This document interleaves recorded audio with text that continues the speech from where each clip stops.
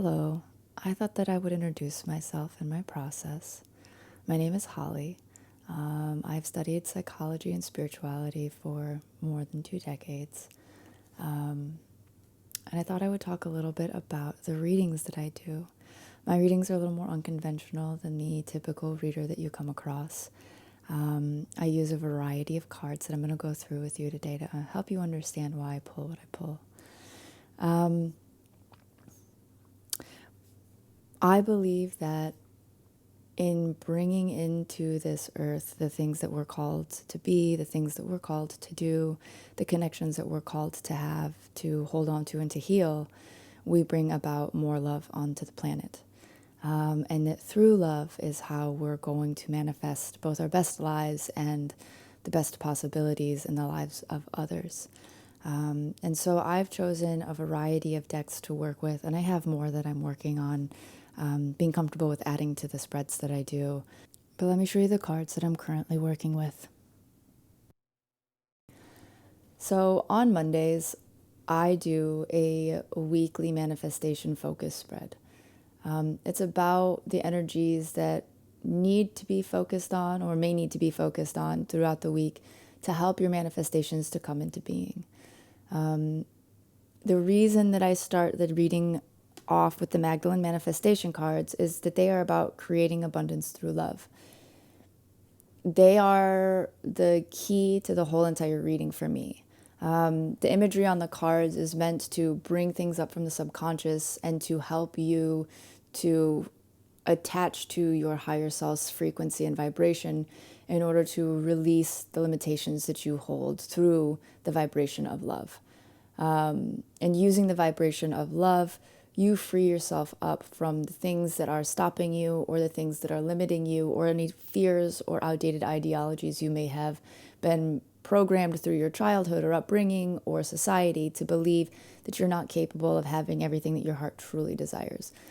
The imagery on the card is meant to help as a meditative guide to help you bring up from the subconscious whichever thing we're working on in the cards. And they come in 3 different vibrations. One is a resource card that helps you to tap into the frequency of the resources that are available to everyone. Then there are the key codes, which are helping you to tap into the active energies, kind of like the way a key opens a lock on a door. And then there are the hologram imageries, which is more like the womb or the void where there is pure potentiality, but you also have to nurture it. When you're pregnant, if you're a woman, you know that inside of your womb there is the potential to have a baby. While you're pregnant, there is the potential of life, and everything that you do to that life is really important before the baby is born. And that's kind of what the hologram is about nurturing that energy before it comes into full fruition so that you can really have that manifestation here, that baby of creation here on earth as a real living, breathing thing. The reason that these manifestation cards are so important to me is that they really use the abundance and frequency of the energy and frequency of love to create abundance on the planet. For everyone, because these energies are available to everyone, but it depends on the things that you've been taught to believe about yourself as to whether or not you will limit yourself or you will achieve these things. And these cards help to free you from those limitations when you use them, when you actively use the imagery, when you really tap into the idea of what's happening with the energy of the card, you're really able to release the things. And I've seen great progress in the people who actively use these cards in the way that they're presented in shifting heavy ideologies from their childhood that have limited them. So the second deck that I use in my manifestation spread is the Raise Your Vibration Oracle deck. I used to use the Nirvana Oracle deck, but that doesn't fit this spread very well. It's more about breath work and meditation, and it's a great deck, but it was not a great complement to the spread that I was trying to achieve. The Raise Your Vibration Oracle deck speaks more to what to let go of, what to add to, and what to remember about how to raise your vibration so that you can anchor your higher self into your body. We have a lot of past traumas, a lot of fear-based thinking that has been programmed into us, and a lot of things that we've forgotten. From being children that we just naturally did, or even from the things like when we were born, we just forget that natural energy that we're born with. And it's important that we recall those things in order to anchor our higher self into our body to maintain the highest vibration possible. The higher our vibration, the easier the manifestations come. The easier it is to discern, what is really in our heart to move forward with. And so raising your vibration is the great complement to the Magdalene manifestation cards that I was looking for, and helping everyone to move forward in what may be limiting them from achieving the state of vibration that they need in order to manifest, in order to build that happy life. The third deck that I use in the spread is the Enneagram Essentials deck. Now, this is a more psychology-based deck, and it's not what a typical reader would use. It's not an oracle deck. It's not a tarot deck. And it is made for psychological purposes to improve self-awareness and connectedness. I use this deck because our relationships with others and our relationships with ourselves and how we see ourselves and how we see others and use the example of others in our lives really affects our ability to release limitations and to draw our higher self into our being. Each of us has a dominant number, and you can find that out by taking a test online. And there are wings from those numbers that we slide into under pressure and under excitement. But the idea is that when we become a well-rounded person, when we really have brought in all the qualities of who we are able to sit in the center of that Enneagram and jump into any of those numbers if the situation calls for it. And if you look at this imagery here, you can see that there is the numbers go around in a circle, and from that circle, the numbers also have lines drawn to them. And the way that those lines are drawn are about how those numbers interact with each other.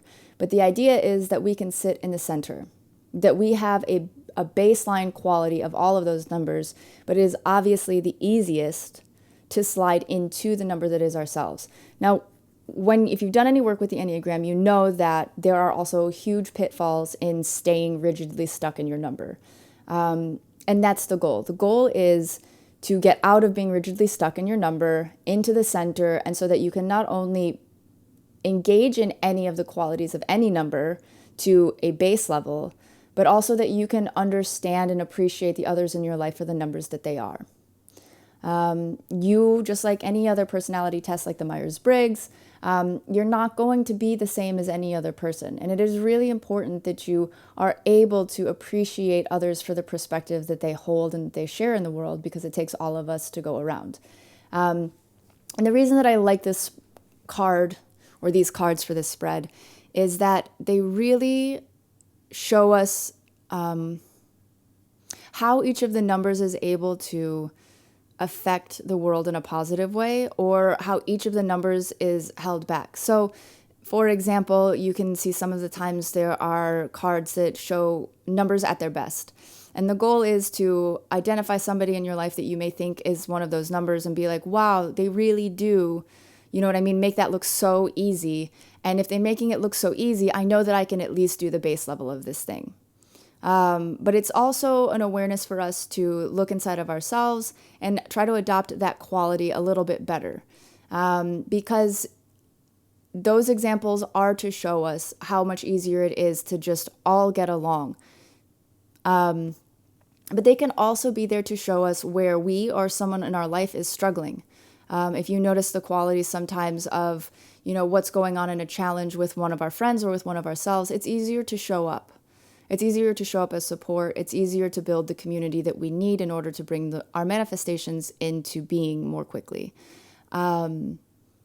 It's easier to have the language to speak about what's going on between all of us and to build the types of communities that really truly support each other. The Enneagram is so very important to me in having a history in psychology, and I've taken some classes on using it to really bring about our higher selves through working with the Enneagram, because it is such an important tool. Being able to be into the center of that space allows us to have all of the qualities necessary to be our highest vibrational self. And you're never going to be a superstar at another number. That's what they're for. Like, you are your number, and it is your job to be a superstar at your number, because that's the personality that you were created with, and you've really got to work through your personal issues in order to be your highest self, right? But also, those other people are going to be superstars at their number when they work on themselves. And they're there to be the example for you to see how easy it is to do those things, even at that base level. So if you see somebody, let's say that you're a 2, because I'm a 2, it's so easy for me to explain this, and you have the qualities of caretaking, but you often don't take care of yourself. And then you look at one of the other numbers that's like, well, I easily advocate for myself. I easily am able to speak up for the things that I want in my life. And you're like, well, what is the benefit of that? Because I only believe that in caring for others, like, I feel really selfish when I advocate for myself. And so then you start to see, well, when someone else fills their own cup first, they have more to pour out to others. And then it starts to click in you, yes, I see that I will actually be able to give better as a 2 if I'm open and honest about the needs that I have for myself. And it takes that combination of you, the giver, with the someone who is actively able to give to themselves, to understand that it's not selfishness, because the innate quality of a 2 is going to say, that's a selfish thought. It's a selfish thought to think about giving something to myself. And that's just one example. And so it's really important that we understand the super qualities and also the challenges of each sign, because it shows us how to not only use them as an example to understand a concept that would be hard for us to understand just innately, but it's also showing us in ways that we can show up for others and show up for ourselves. If we can understand how someone is feeling during a challenge, and what may be hard for them to do, we can understand how to support them. And in doing that, we create not only the community around us that is able to bring manifestations into being, but we also bring into ourselves the qualities that are necessary for bringing our highest vibrational self into being, showing up for others, showing up for ourselves, and not ending up depleted on either side. And so being in the center of the Enneagram becomes highly important in bringing and anchoring your highest self into being. I hope all of that really made sense. It's kind of a complicated subject for me to explain in a non-communication based, me just talking to everybody without any type of questions or back and forth, because I know that there's a lot of questions about the Enneagram. So I hope that made sense. The 4th deck that I use on the Monday spreads is Plant Positivity, which is also not meant to be any type of oracle deck, but it was something that really spoke to me. It's about learning how plants can benefit your life. And if anything, I believe that we're starting to lose connection to the plant world. We're ignoring them. We're buying things that don't make sense for our houses. We're buying things that don't make sense for us. I bought a bonsai plant and then had surgery, and you're supposed to water a bonsai plant every other day. And so while I had surgery, my bonsai plant died. I probably should not have bought it right before I had surgery. Things like that happen to everyone everywhere. And so using the plant cards for me is an easy way to bring about, and I love these plant cards. I think they're so interesting what they say on the back of the plant. Not only does it make the plant work easy, but by giving you the sun position that it needs, the water that it needs, the maintenance care level. But it also explains a little bit about why the plant would be good for your home. And without fail, every week, the cards that come out are in line and in attunement with the reading that I'm giving. Because we need to reconnect to the plant world. It's time for us to really understand what's going on with nature. The earth is really asking us to reconnect to the soil. And this is one easy way to do so, is to bring the right plants into your home. If you have an apartment and you can't have a garden, if you do have a garden, planting the plants that are really going to not only nourish your environment, but nourish you as you take care of them and reconnect you with the joy of gardening. And it's such an important skill for everyone to really have a little bit of. The more, the better. not to be overwhelmed or overconsumed by it, but to understand, your connection to the plant kingdom. And the last deck that I use on the Monday manifestation spreads are the chakra cards. They're about channeling more confidence, creativity, and joy into your life. And I think it's pretty obvious why I use them. The more balanced our chakras, the higher our vibration gets. They come with different affirmations, different explanations about what could be going on, what blockages, what they connect to. I don't use all of the cards in the deck. I, again, have chosen the ones that I believe work in a spread. You may get these cards for yourself and find all of them useful. The ones that I have excluded just didn't seem important to a spread to me, but they are all equally important if you're trying to use them to just work on your chakras. There is no invaluable card in the deck. It's just what fits into a spread for what I'm trying to achieve. I do use the majority of the cards in there. The deck it comes with like 100 cards, and I think I've taken out 20. And so they come with different affirmations. I'm surprised that it seems to be the same affirmations popping out over and over again, that I haven't seen more variety in the cards since I've started using them. But that just goes to show you how cards work, right? So I do another spread on either Thursday or Friday about the energies for the weekend, because the energies for the weekend seem to get a little extra intense for everyone. And it always helps to have a little extra guidance for that. I start the reading with the Druid Animal Oracle deck. I feel like it's really important that we bring the animal kingdom into who and what we are. And the weekend just seems to be a great time to call in the spirit animals that can help us both manifest our higher selves and our manifestations into being. Having that connection to the animal kingdom not only impacts us as people, but it impacts how we engage with the animal kingdom. And it helps us to have a little more of an understanding about the natural way of being. Animals communicate with each other and they coexist with each other, and they have far less conflict than we do. They still have conflict, but it is an ordered conflict. And so we have a lot to learn about how they give, how they take, how they share, where they feel like their lines are being drawn, how they communicate with each other. And it's just a natural and necessary part of integrating our highest selves, is having a connection to the animal kingdom. I worked with the Druidcraft Tarot deck for a really long time, which was why I was drawn to the Druid Animal Oracle deck. It's by the same authors, and I just really love not only the imagery, but the readings and the explanations on the cards. And so I use them because that's where I'm filling my animal connection, to the animal kingdom. We have the plant kingdom, we have ourselves, and then we have the animal kingdom. And if I were to find a deck on insects, I'd be picking that up too and figuring out how to fit that in. The second card that I pull for the weekend is the Enneagram cards again. For me, the relationship to self and the relationship to others is one of our largest impacts on being able to keep and hold and draw in that high vibrational self.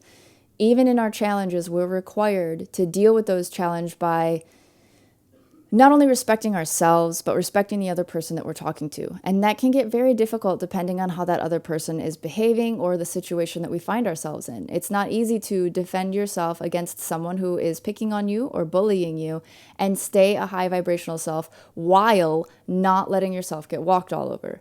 It's really difficult to go through grief and really understand how to have the sensitivities without shutting down and saying, no, I don't really actually feel as much as I do, or not slipping into the place where we lose ourselves and only feel sadness to the point where it overwhelms us.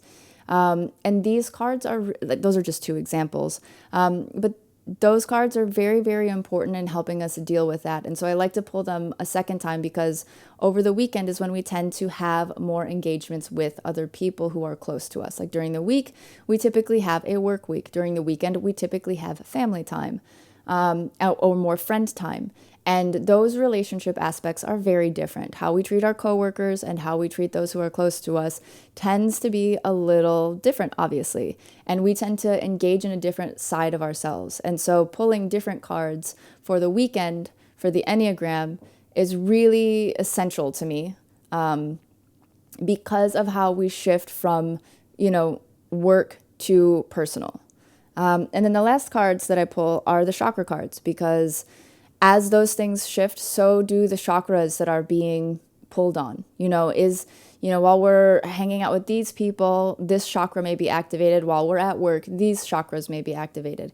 We may find it harder to speak our truth to our family members, whereas at work, it's required of us to make sure that we're, just being upfront about the things that we see that are going wrong. You take that attitude home, and not everybody likes it.